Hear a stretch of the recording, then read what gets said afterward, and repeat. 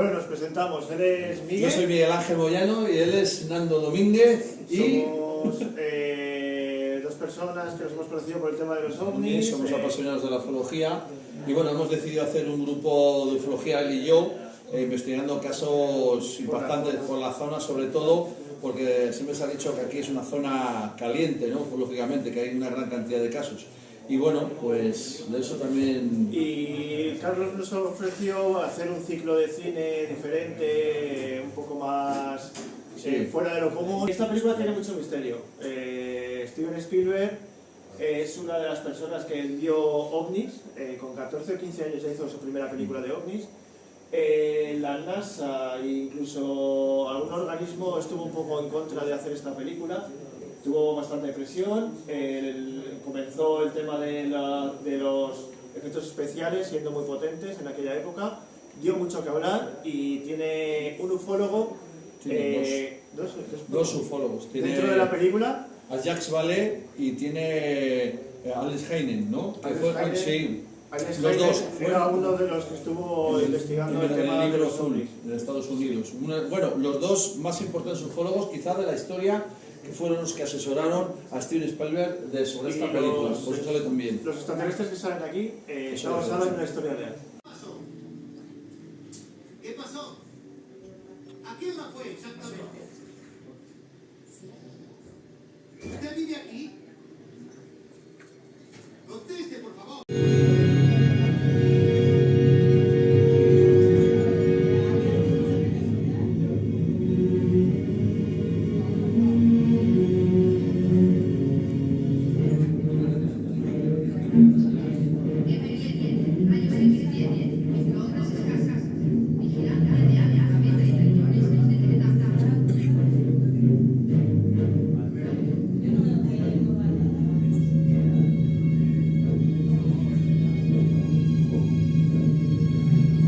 Yo me he apuntado los detalles de la película, después de que llevamos bastante tiempo investigando casos ovnis, hay algunos detalles que nosotros nos hemos encontrado pero en la vida real. Sí, es cierto, de verdad que sí. Historias. Y además hace poco tuvimos noticia de una de estas recientes, ¿no? Lo podemos constatar aquí en un pueblo. Uno de los detalles de las películas, lo primero que he apuntado era como un sol. El primer detalle que he apuntado de la película ha sido cuando dice era como un sol, y casualmente un testigo que nos hemos encontrado en Zamora, en Almaraz, nos describió una esfera, una bola como de fuego, y nos dijo lo mismo, era como un sol, porque era la potencia de ese objeto era tan luminoso que parecía que se hacía de día, ¿verdad? Y eso, bueno, aparte de Almaraz, de muchos más casos, también nos hemos encontrado que cuando han visto un objeto, una luz así, o sea, de verdad que daba un destello de luz que parecía que se hacía la noche de día y parecía que salía un sol, ¿no? De la nada, ¿no? Eso sí. Esta película la he visto, la vi de pequeño y hoy la he vuelto a ver, pero no la he visto para venir aquí. Es decir, en casa no me la he preparado ni nada, sino he ido apuntando los detalles y la he visto con otro punto de vista, ¿no? Luego otra cosa también, otro detalle, son los apagones de luz. Cuando hay o interferencias en los coches o interferencias en aparatos electrónicos, y cuando en la película, por ejemplo, aparece ese objeto, esas luces, y el coche empieza a tener la frecuencia de la radio, se empieza a alterar. También lo sucede en la vida real. También, bueno, en los sucesos reales que hemos investigado también ocurre, ¿no? Que cuando se presenta un fenómeno de estos, hay testigos, por ejemplo, que están en un vehículo y se queda el vehículo incluso parado sin energía. Bueno, el caso también se llamará que los testigos salen despavoridos y no el coche le tenían al lado del suceso, vamos, del encuentro, y no podían arrancar el coche porque no arrancaba. Estuvo en un coche nuevo, completamente nuevo, que era. Un coche que es dirigido por un objeto durante no sé cuántos kilómetros, bastantes kilómetros. También un caso que además fue en Nava del Rey, en Nava del Rey, a la entrada del Rey. Una luz que se les puso de noche encima del coche a dos testigos que iban conduciendo y iban manejando, luego se les puso en el coche e iban dirigiendo el vehículo y el conductor perdió el control del vehículo y era lo que es la luz lo que les dirigía el vehículo, o sea, ahí no es nada. Estaban cagaditos de miedo, ¿no? Como se dice la Todos expresión, estos ¿no? casos nos llevan los testigos cuando hablamos con alguien, nos lleva siempre al lugar del suceso. Contamos la anécdota de la que íbamos por la calle, que metimos en dirección prohibida a la calle. Ah, sí, estábamos tan concentrados con lo que nos contaba el testigo que nos metimos en el sentido prohibido en una antigua carretera, pero que era en el sentido contrario. Pero bueno, íbamos tan eufóricos que nos llevaban al lugar del suceso y una de las anécdotas que tenemos es meternos por dirección prohibida y con el testigo como si no pasase nada. Gracias a Dios no pasó nada, pero bueno, fue una anécdota. Sí, y luego otro detalle que te habías comentado antes de poner la peli, la cara quemada. Cuando alguien se acerca a este tipo de objetos, muchas veces tiene secuelas y ha habido personas que se han quemado al estar cerca de los objetos. Pero vamos al caso de Villaster, que está aquí cerquita. Emiliano Velasco. De Emiliano Velasco, el tractorista. El tractorista, no sé si conocéis el caso, porque es un caso muy conocido de la zona. El tractorista Emiliano Velasco, entonces digamos que fue agredido por una luz y hizo un agujero en el tractor que él conducía. No sé si eso sonará. No. Sí. Pues en esta ocasión, además es que nos llegó hace poco el caso, porque, o sea, hubo un testigo que vio a este hombre, a Emiliano, en su época que fue en 1976, ¿no? O 76, y le vio cuando sucedió el encuentro, días posteriores, como a este hombre, después del suceso con esta luz, con este objeto, tenía la cara del lado izquierdo quemada, o sea, roja. O sea, lo mismo que lo que es en la película, o sea, y no es un caso tampoco único, hay muchos más casos que ha sucedido eso, sí. Sí, hay objetos testigos que se acercan al objeto, sufren quemaduras por la radiactividad que prende. O lo que sea, lo que no sabemos, quizás es un tipo de radiación muy fuerte que afecte, claro, a la piel o una especie de quemazón o quemadura. Por ejemplo, el caso de los Villasteres, que para mí es mi caso preferido.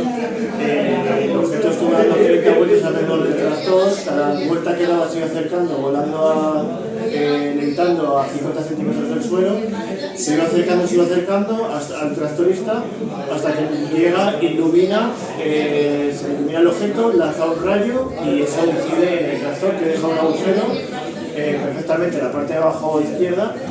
Y cuando hemos hablado con este testimonio de ahí en Pedrosa del Rey ha sido hace 2 fines de semana. Hace 2 fines de semana, sí, ha sido. Y nos dice, yo lo vi al testigo, y también estuve en el lugar del suceso. Cierto es que ellos no sabían lo que estaba pasando allí, pero vieron el revuelo de la Guardia Civil que estuvo en la zona. Eso también es un dato muy importante, o sea, damos fe de que estuvo la Guardia Civil, la patrulla de la Guardia Civil, ahí investigando el caso, ¿no? O sea, que no es nada, informes, o sea, también, pero tiene que haber un informe, sí o sí. Uno de los informes de la Guardia Civil lo tenemos, que es gracias a Manuel Carballán, además de Zamora, el informe. Y cuando este testigo nos dice, tenía la cara quemada, y le digo, ¿por qué? ¿Qué lateral de la cara tenía quemada? Y dice, el izquierdo. Y dijimos, mira, digo, no miente, porque sabemos que el disparo fue del lado izquierdo, el agujero del tractor fue del lado izquierdo. Ese cristal se llevó a la Universidad de Valladolid a investigar y analizar, y se desconoce, aunque se sabe más o menos quién lo puede llevar. Bueno, hace poco hemos conocido más o menos el paradero, más o menos dónde puede estar, pero bueno, ahí por está. Por eso en las películas, el ciclo este de cine más allá de la ficción, pues va basado en eso, ¿no? Una película que tiene detalles, que esos detalles son reales, que suceden y que están aquí hoy en día y cualquiera puede ver un objeto de estos. Si tienes alguna pregunta más. Sí, el título de la película, Encuentros en la tercera fase, lo de la tercera fase, ¿qué es? Primera fase es ver el objeto. Eso es. La segunda fase es la cercanía del objeto. Y la tercera, el encuentro con humanoides, vamos a decirlo, ¿no? Vamos a hacerlo de esa manera, por eso se llama. Hay diferentes fases. La cuarta sería la abducción, la cuarta fase sería la abducción, que sería ya el contacto con el extranjero, y de ahí viene el encuentro en la tercera fase. Luego, hay una cosa que me gustaría remarcar también, esta película está muy bien asesorada, porque como bien he dicho antes, hay 2 ufólogos muy famosos, quizá los ufólogos más prominentes de toda la historia de la ufología, que es Jacques Vallée y Alex Heinen. Sí, bueno, solo el francés, este que hace la película de francés, hace de lo que es del ufólogo del... espera. Sí, espera. El francés es... Bueno, el que hemos visto hace del ufólogo Jacques Vallée. Es un ufólogo de los, vamos, el más famoso, todavía sigue vivo este hombre. Y bueno, la anécdota que el otro día tuvimos una persona que la ha conocido también en persona. O sea que, y es el ufólogo más famoso que existe. Lo que pasa es que le interpreta a un actor, el francés este, que se llama François Truffaut. El actor este que hace de francés en la película, ¿sabes? Y luego hace un escarceo ahí también, al Heinen,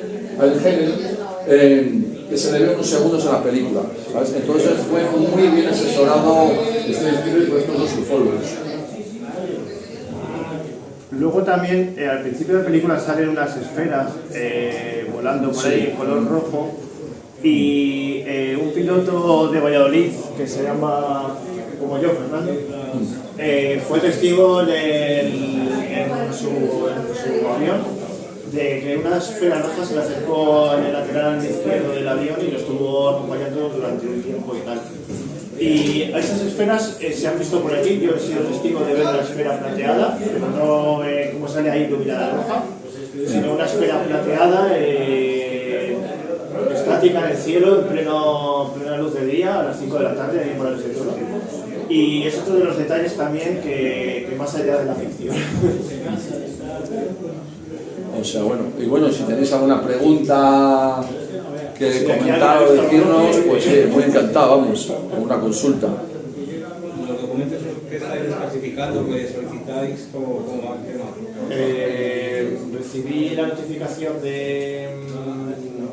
la notificación oficial que te hacen a través de internet y está sigo. No, de momento no he recibido respuesta. Está una cosa un poco difícil, pero bueno, hay que intentarlo. Pero bueno, digamos que generalmente no vamos a perder la ilusión, ¿no? De conseguirlo, de algún tipo... Responderán con una carta diciendo que no hay nada, o que ya está desclasificado, que son 80 documentos que desclasificaron hace ya años. Lo que pasa es que hace unos 5 años más o menos los digitalizaron y los publicaron en medios, como una noticia actual, y esos documentos ya habían sido desclasificados durante bastantes años como por JJ Benítez. Y la parte de los documentos desclasificados del gobierno, de los militares, están manipulados. Están manipulados todos completamente. Esto lo tienen los archivos en el Ministerio del Aire, de Defensa del Aire, ahí en Madrid, a través de Moncloa. Cogieron a gente de bien, uno de los ufólogos que cogieron, se llamaba el enemigo de JJ Benítez, se llamaba sí, lo que es interpretaba todo de una manera negativa. Un piloto, ¿no? Que conoce sí. bien, que es Venus, que conoce bien... Desacreditaba, tenemos un ufólogo, hay ufólogos que incluso desacreditan lo que son estos casos, lo dan como mentira, pero son desinformadores, vamos a decirlo de esa manera, ¿no? Al servicio de los servicios militares, ¿no? Ellos desclasifican lo que ellos quieren como dicen. Pero vamos, al fin y al cabo todo lo que han dicho lo desclasificado, casi no han desclasificado nada y todo de una manera falsa, y quedan muchos informes por salir, que seguro el 90% por salir, pero no tiene oculto. Los informes que se dieron al político, que es del mundo del misterio, que era Manuel Carvallal, y se llaman... él los denominó UFOLIX, ¿no? La desclasificación no oficial de esos documentos que están ahí, que están en un libro, y que se habla de la Casa Blanca, se habla de los reyes que también estuvieron en un avión, en encuentro con ovnis, hay muchísima gente importante que ha tenido encuentros con bastante Bastante gente, obviamente. Nosotros, por ejemplo, hemos investigado casos tanto de persecuciones de coches como de aviones, de abducción también. Cada caso que nos llega es más impactante y supera un poco al... Sí, la verdad que supera la realidad en muchas ocasiones. No, por ejemplo, hace poco, el caso hace poco, que a mí me dio el caso de un piloto comercial que había sido piloto de caza de F-18 y decirme en persona, claro, yo preguntándole, digo, bueno, ¿tú has tenido algún tipo de experiencia antaño de algún encuentro en una luz? Digo, sí, yo he tenido encuentros muy cercanos de lo que es pilotar el avión y venir en unas luces a la cabina del avión e incluso meterme voces en la radio de niños, ¿no? De niños. Y eso es muy significativo porque hay un caso hace ya, cuando ya estamos hablando de unos casi 40 años, del caso de Leis de Estrada, ¿no? De un piloto también que se le metieron lo que es pilotando, se le metieron voces de niños, ¿no?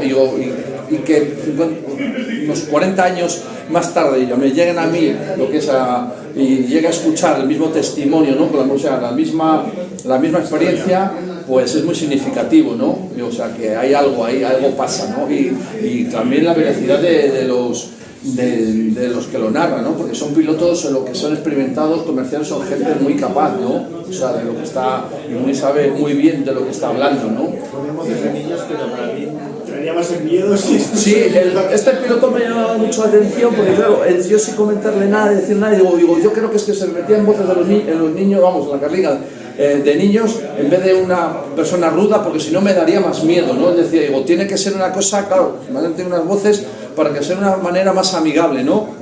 ¿Qué es la manera más amigable? Que te hable un niño, ¿no? Y te transmite así de esa manera. Pues por eso, para que sintiese un poco más yo de tranquilidad de lo que me estaban ellos comunicando, que no es nada, ¿eh? O más terrorífico como las películas de... Bueno, también, los niños a lo mejor quizá, pero bueno, eso me lo comentaba así de esa manera. O sea que es muy... En realidad, seleccionamos esta película por esos detalles que tiene. Yo había pensado en poneros la película de Paul, el extraterrestre. Bueno, pero hombre, me parece cachondeo y tal, y a mí me encanta, la verdad, pero busqué varias películas, había otra también de abducciones, pero la más seria... La más seria de todas, después de todas, es esta, en cuanto a tercera fase. Claro. La de Paul también mola, porque van ahí... Sí, bueno, pero muy... Van dos frikis, mucho más... vamos a nosotros. Por el área más 51 buscando extraterrestres y desaparece un extraterrestre que resucita palomas que vamos a ver. Hombre, no queda un poco... Pero bueno, sí. Pero esto es lo más creíble y bueno, claro, porque está basada, pues... Claro, los testimonios de los dos ufólogos que intervinieron ahí asesorando a Steven Spielberg, pues hombre, sirvió de algo, ¿no? Para que la película fuese lo más veraz y lo más así exitosa que fue en su momento, claro. Entonces, pues bueno, pues no sé si queréis alguna pregunta o preguntaros o alguien ha tenido un caso por ahí. Podemos invitarnos también a... Sí, volvemos aquí a donde gentes porque nos vamos a hacer aquí. Nos vamos aquí a... Volvemos el 20 de junio, vamos a presentar nuestras investigaciones y vendrá Pierre Monteagudo también a hablar de un contacto extraterrestre de doña Próspera Muñoz. Próspera Muñoz, la mayor una de las mayores contactadas en España, y un poquito la historia. Y luego haremos una alerta OVNI que nos iremos también a mirar los cielos si no nos llueve, porque cada vez que venimos a casa. El año pasado ya la hicimos, una alerta OVNI, y vino gran número de gente, lo siguió, la pena que llovió, me fastidió un poco, pero bueno, lo pasamos bien, mirando un poco. Yo también, digo, también va a llover, digo, ya, también, y bueno, pues a ver si también vamos a ver las jornadas del misterio, también el día 29-30 de mayo. Estaba haciendo carteles ahí mientras veía la película, todavía aprovechando el tiempo. Lo de Castronuño, que eso va a ser 16 de julio, ¿no? 16 de julio. 18 de julio. O 18 de julio, que va a ser una cosa muy novedosa, porque vamos a ir a un pueblo que se llama Castronuño, que está muy cercano aquí, lo conoceréis, y ahí vamos a hacer una ruta ufológica, que nunca se ha hecho, entre comillas, eso se ha hecho. ¿Y qué dirán? ¿Qué es una ruta ufológica? Pues el Castronuño es un pueblo, digamos, de una cantidad de fenómenos increíbles de encuentros, de avistamientos, de esos, incluso hasta de contactismo. Y con el gran número de eventos, vamos, de sucesos que ha habido allí, pues vamos a hacer una ruta ufológica yendo a los sitios en los que se ha visto en situ, se ha visto luces, incluso naves, incluso hasta seres, ¿no? Vamos a decirlo así, ¿no? En situ, que eso no lo ha hecho nadie, o sea, y eso va a ser una mezcla también, una ruta lo que es de senderismo, ¿no? Por la zona también. Vamos a unir las dos cosas, será... En agosto hacen la ruta de los Sobrechocos, casualmente también vamos a hablar de ello porque tenemos aquí a César, que es un señor que se encontró con 3 humanoides mientras estaba con las ovejas. Ahí, yo voy a decir ovejos, que él dice ovejos, y perdió el conocimiento y tal. Y luego, cuando hemos hablado de abducción, estamos ante el caso de Nacho, que lo tenemos aquí, que está en la entrevista. Un vecino también de Castellón, estamos hablando de vecinos de Castellón. Casualmente son casi familia. Sí, muy curioso. Y Nacho estaba con el coche, de repente pasa por Pollos, se ilumina el pinar, si no me equivoco. Sí. Y el próximo que recuerda Nacho es aparecer en la habitación de su casa. Y no sabe ni cómo, ni por qué, ni dónde. O sea, Y el coche parece aparcado, pero él tiene un momento de pérdida de conocimiento del tiempo. Desde ese tramo, desde la entrada de lo que es de Pollos hasta Castronuño, se pierde completamente la noción del espacio y del tiempo y aparece en la habitación de su casa sin ton y sin saber cómo ni por qué y cómo está aparcado el coche. ¿Cómo aparece el coche? O sea, es increíble. Y lo más impactante es que viene gente de Bilbao ya después, a poco tiempo, al bueno, mes, después a los meses. Estamos hablando de los años 80, 70, donde no había redes sociales, donde no había internet, no había WhatsApp, sí, donde había tanta comunicación. Donde Nacho, por ejemplo, no cuenta la experiencia a nadie y de repente aparecen en Castronuño 2 personas que vienen de Bilbao preguntando por él, sabe su nombre y todo, sabe que vive en Castronuño. Y cuando se encuentran con él, Nacho se acojona porque, claro, dice, ¿cómo sabéis lo que me ha pasado? ¿Cómo sabéis que vivo en Castronuño? Y ellos le dicen que él ha estado en un ovni, que no tiene una nave. Y se supone que eran contactados, pero claro, ahí está la duda, ¿no? Bueno, seguimos investigando la procedencia de estas 2 personas. Pero es curioso cómo llegan a Castronuño sin saber nada de nada, absolutamente nada, ni sin saber tan siquiera que le había sucedido eso a este hombre, ¿no? Sí, porque la historia más conocida de Castronuño son los Sobrechocos, se encuentra con humanoides, pero no la historia de Nacho. Y cuando estábamos detrás de esta historia bastante tiempo, y el año pasado, bueno, Miguel no estaba porque estaba para Italia ahí en el Salto. Sí. Y estoy haciendo la ruta de los Sobrechocos, que me invitaron ahí a hacer la ruta y tal. Y casualmente me llega el testimonio. Y digo, no jodas, llevamos mogollón de tiempo detrás de este caso y cuando menos te lo esperas te aparece. Nos apareció este testigo y es cuando nos relató toda la historia con estas personas y ese tiempo perdido. Y bueno, aparte de Castronuño, hemos tenido más avistamientos ovni y... Es que en ufología le llamamos, es una zona muy caliente. Bueno, toda la zona en general está de aquí, entre lo que es entre la provincia de Zamora y Valladolid, hay un gran número de sucesos de todo tipo, de avistamientos, encuentros con humanoides, y sobre todo, no sé, el epicentro podríamos decir que es, por ejemplo, Villarbarba, Castronuño, y es impresionante la cantidad de sucesos que nos llegan, que nos relatan sobre esta zona. O sea, por eso algo tiene que haber que no sabemos, pero bueno, ahí estamos investigando el por qué. Eso sería súper interesante saber, porque algún día lo sabremos.